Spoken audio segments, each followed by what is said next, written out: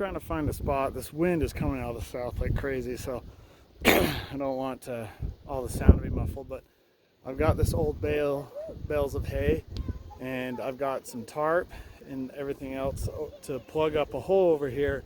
It's spilling over the gate like I showed you earlier, and now I've got to plug it up so it stops the erosion and makes the problem even worse. So this is an old farmer trick right here. With all this sediment and the sand coming down, excuse me, it's going to make like concrete, and once it all hardens up, but at least for now it will plug it up. But then, like I say, once it dries, it's between the clay, the silt, sand, and this hay, like I say, concrete. It'll be awesome. So this is a great, not only temporary, immediate fix, but also long-term as well, until they can actually, if they ever decide to come and do it right. So.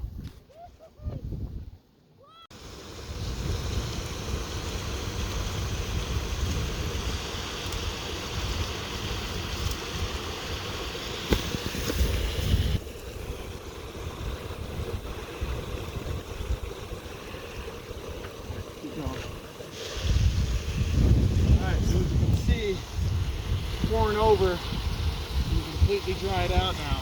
So this is what we gotta fix. We gotta plug it with hay, and I brought some of this old tarp. And now I'm gonna let, like I said, let Mother Nature take care of the rest. So essentially what you do is you just take a flake of hay, the water's running. These boards, I should have known, I cut the boards a little too long because it gets a little more narrow in these slots right here.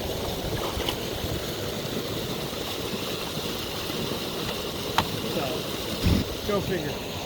So, but this kind of works because then you can see if you're actually effective.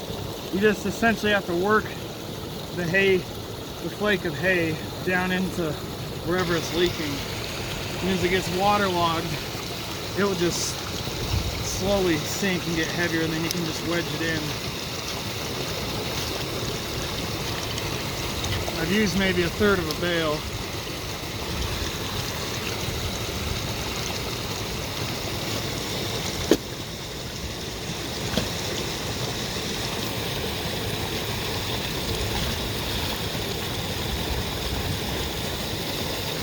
I'm gonna have to recut these boards.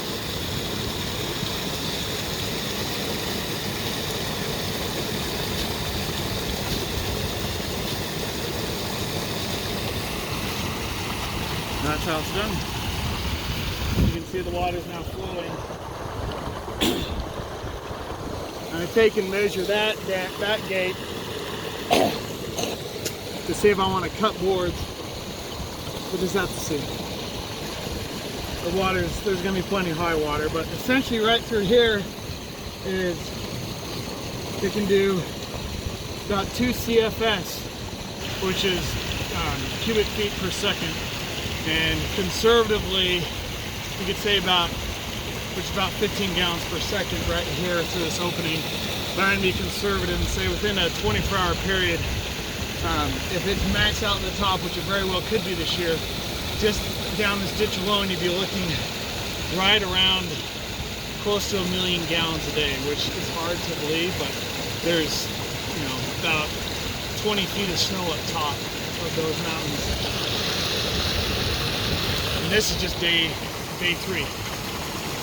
So it's going to be intense. So we got to prepare. I'm glad we caught this when we did.